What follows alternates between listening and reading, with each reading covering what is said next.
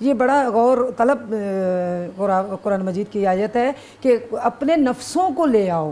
تو یہاں پہ نفس نبی جو بن کے چلے تھے مباہلہ میں وہ پندن پاک کے ساتھ، جہاں پہ جناب فاطمہ عورتوں کی سردار بن کے چلیں اور حسنین جو ہیں وہ رسول کے بیٹے کی حیثیت سے چلے، وہاں نفس نبی اگر بن کے چلیں تو وہ علی مشکل کشا حیدر کرار ہیں کہ امیر المومنین ہیں.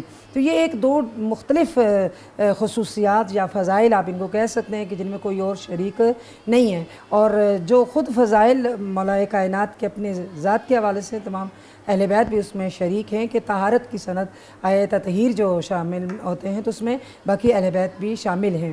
تو یہ دو ایسی صفات ہیں کہ مخصوصاً داماد رسول ہونا، اب یہ بہت بڑی ایک فضیلت ہے مولا کائنات کی کہ یہ داماد رسول ہیں، حسن حسین نفس کے والد بابا ہیں. جی، جہاں نفس رسول ہیں وہاں حسن حسین کے بابا ہیں اور زوج بطول ہیں، شیر خدا ہیں، شیر خدا بھی ہیں. اور خداوند عالم نے جو بہت سے القاب جہاں پہ دیے، وہاں پہ اللہ تعالیٰ نے جو ان کی فضیلت کے لیے یا ان کے شجاعت کے لیے اعلان کے لیے ذوالفقار بھیجی ہے. لا ضعیف الا ذوالفقار، لا فتح کا جو لقب مولا کائنات کو ملا وہ کسی اور کو نہیں ملا. ہر جنگ میں فاتح بن کے آتے ہیں، اور فاتح خیبر جو سب جانتے ہیں کہ کس طرح مولا کائنات نے عطا خیبر کیا ہے. تو مولا کائنات کی فضائل کو احاطہ کرنا ایک انسانی جو سوچ ہے یا انسانی فکر ہے اس میں ممکن ہی نہیں ہے، کیونکہ مولا کائنات کی جو فضائل ہیں وہ ایک یک طرفہ نہیں ہیں، متضاد شخصیت کے مالک ہیں مولا کائنات. یعنی جہاں پہ شجاع ہیں، جہاں بہادر ہیں، جہاں جنگیں لڑتے ہیں، وہاں پہ اپنے نفس پہ اتنا کنٹرول رکھتے ہیں کہ ایک اگر دشمن خدا آتا ہے اور مولا کائنات کے چہرے پہ ایک وہ کرتا ہے، مولا کی توہین کرتا ہے تو مولا اس کو قتل نہیں کرتے، چھوڑ دیتے ہیں. یعنی اتنا کنٹرول ہے اور اپنے نفس پہ اتنا کنٹرول رکھتے ہیں کہ اگر عام انسان غصے میں ہوتا ہے تو نہ مارے تب بھی مارے. لیکن مولا کائنات کا سب سے بڑی شجاعت کہ جو فضیلت ہے وہ یوں ہے کہ یہ نہیں کہ صرف وہ تلوار اٹھانا جانتے تھے بلکہ وہ صبر کرنا بھی جانتے. اچھا، اس کو میں آگے لے کے چلوں گا کیونکہ وقت کے ذرا پراہے میں ہم کہیں قید ہیں، کیونکہ میں نے کہا وقت تو پوری عمر بھی لگ جائے، ہزاروں عمریں بھی مل جائیں تو ان کی تعریف نہ کر پاؤں. آج کے دور میں تعلیم کیا ہے؟ میں 1 سے 2 منٹ میں آپ کو اس کے اندر پوچھنا چاہوں گا کہ نوجوان جیسے کا صبر تھا، تحمل تھی، برداشت تھی. آج تو ہم کسی کو آنکھ بھی کسی نے زور سے اٹھا کے دیکھی تو کیوں اٹھائی؟ مطلب آج جس دور سے ہم گزر رہے ہیں، بٹ گئے اور عالمی طاقتوں کے اوپر دیکھ رہے ہیں کہ وہ ہماری مدد کر دے گا، ہم اس سے ڈر رہے ہیں.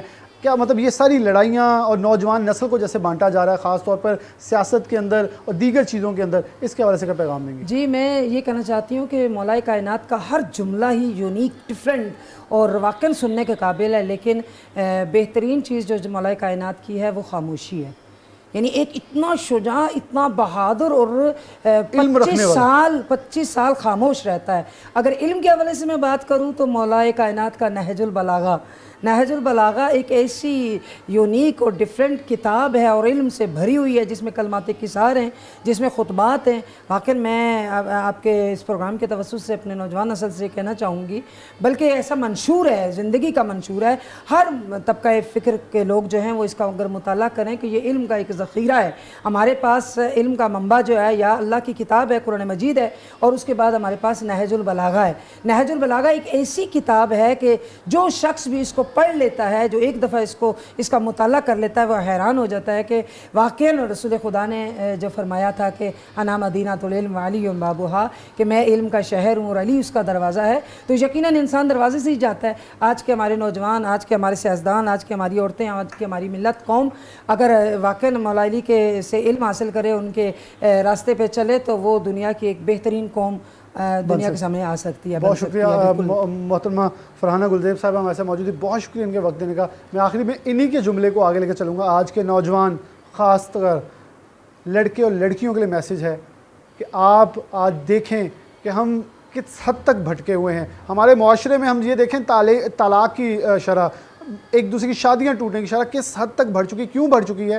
کیونکہ ہم ایک دوسرے کو برداشت نہیں کر پا رہے. یہ خوبصورت قصے ہیں، کہانی نہیں ہے، یہ ہمیں سبق ہے اور ہماری زندگی کو ٹھیک راستے پہ لے کے جانے کے لیے. اور خاص طور پر میں آج کے نوجوانوں کو، سیاست کے اوپر لڑتوں کو یہ ضرور کہوں گا، حضرت علی علم کے وہ بڑے پیغمبر ہیں جن سے سیکھنے کی ضرورت ہے. آپ بحث کریں، سب کچھ کریں، لیکن علم رکھیں.